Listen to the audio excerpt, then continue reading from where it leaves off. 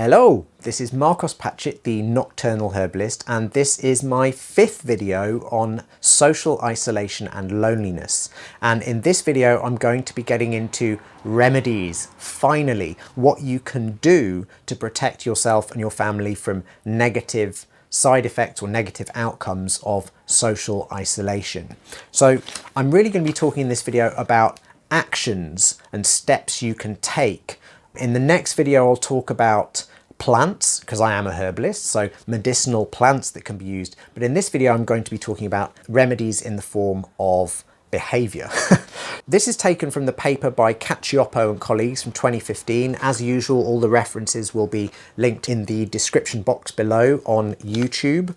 They found that time spent alone actually had no correlation with the amount of stress steroid cortisol in the saliva, but there was a very strong correlation with the brain's interpretation of the situation. In other words, that the most important thing is how you feel or think about the situation that you're in. So this has some very important ramifications for strategies to offset this.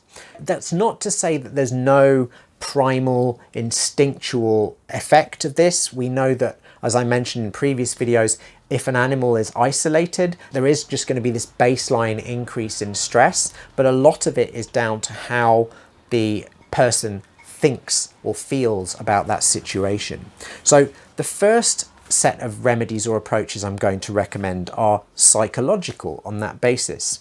I'm going to recommend the videos of a therapist I rather like called Marissa Peer. She advocates a system that she invented called rapid transformational therapy, which is essentially a hypnotherapy based intervention. And you can find therapists who practice this and pay those therapists and have sessions with them, but she also has a number of really useful videos online that are available for free. What it boils down to, in essence, is tell yourself good things. Make sure your mental narrative is positive. In other words, when you're stressed, don't shout at yourself. Don't swear at yourself. Reprogram yourself. Train yourself to say positive things. So to say, well done, to give yourself praise. If things are going badly, rather than shouting at yourself, train yourself to say, it's okay, you're okay.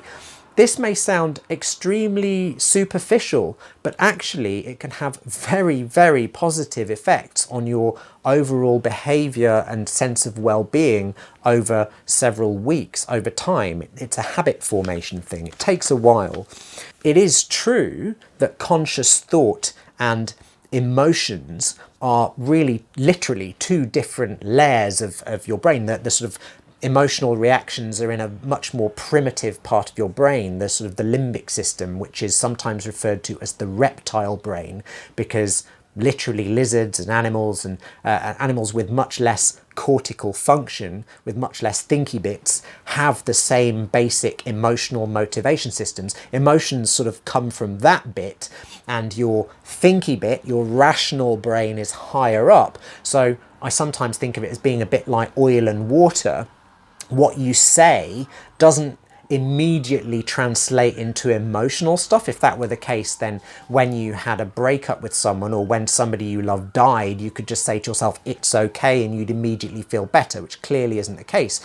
But it is true that what you say to yourself over time does gradually trigger responses. It's almost like it's a habit thing. It's more like, eventually, if you keep saying things, every time you say something positive to yourself, you'll get a little emotional response from it, in the same way that if somebody says something nasty to you, you'll get an emotional response from that.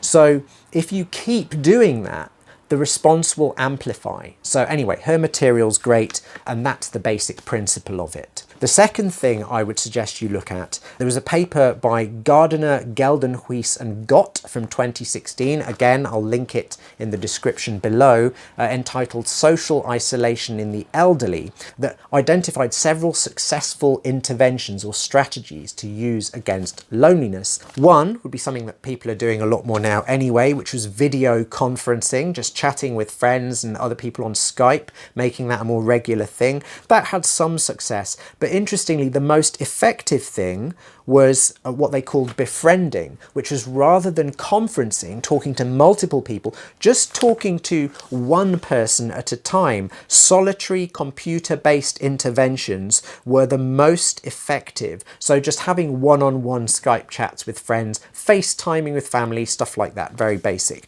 The second thing would be in terms of activities, they found that reading and hobbies were effective at reducing loneliness, whereas watching TV or listening to the radio or podcasts being the equivalent weren't effective.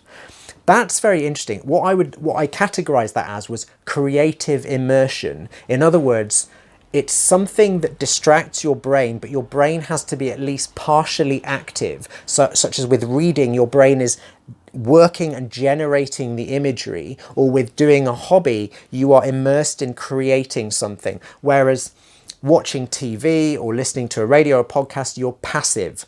So it's the actively immersive activities that neutralize loneliness, not the passive ones. That's really important. So more reading of books, more hobbies, engaging in things like painting or making music or drawing or whatever floats your boat, just something that immerses you will neutralize loneliness and the stress that results from that.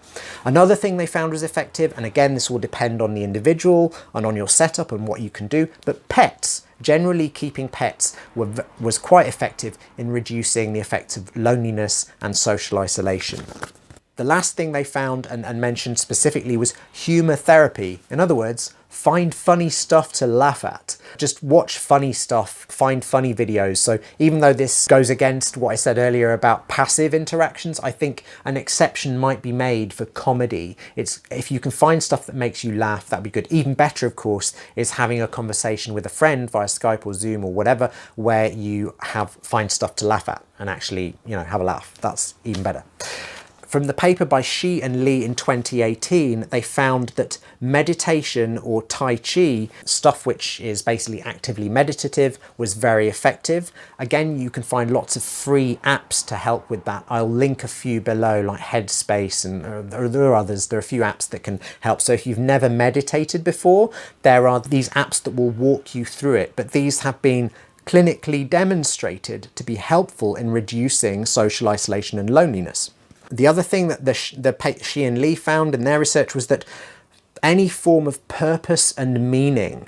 So for myself, obviously I find astrology enormously useful for that, but you can also get similar benefits from religious groups or philosophical groups. You don't have to be religious or believe in anything. You can be a total atheist and still get similar results from a philosophy group, from a discussion group. So join a group online, that some sort of common interest group which is about discussing meaning. Maybe not discussing the negative potentials of current political events, because that's likely to raise your stress even more. Just more abstract philosophical meaning of life type stuff will help. So if you're religious, then prayer or communicating with members of your religious community may help.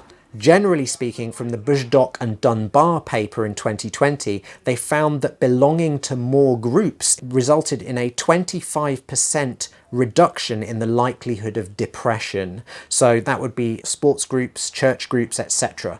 And then last but not least, you have endorphin releasing activities. So I mentioned the meditation, which is huge. The other practical step that you can do, even if you don't see a soul or speak to a soul or communicate with anyone, is you can do a bit of exercise. So that will release endorphins, that will improve your mood and help to run off some of that adrenaline, sort of drain the adrenal tap, I call it, just run off some of that cortisol, put it to its proper use, get the levels down. Likewise, they found that singing and dancing were really useful. So if you like singing, do that. If you like dancing, put on some tunes and dance around like a nutter for 5-10 minutes. That will help.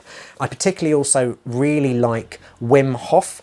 He's got his app that you can download. He's all about the cold showers, the cold baths and the breathing. You don't have to go whole hog on it if you don't fancy doing cold showers or cold baths. He does, in his app, he's got breathing exercises. But the Wim Hof method, which combines breathing exercises with brief exposure to cold, is a fantastic way of massively upping your endorphin release. Just by controlled exposure to a small amount of stress, you massively increase your resilience to stresses in the world. And I think that's what we certainly need now, and we're probably going to need a lot more resilience to stress, I think, over the coming months.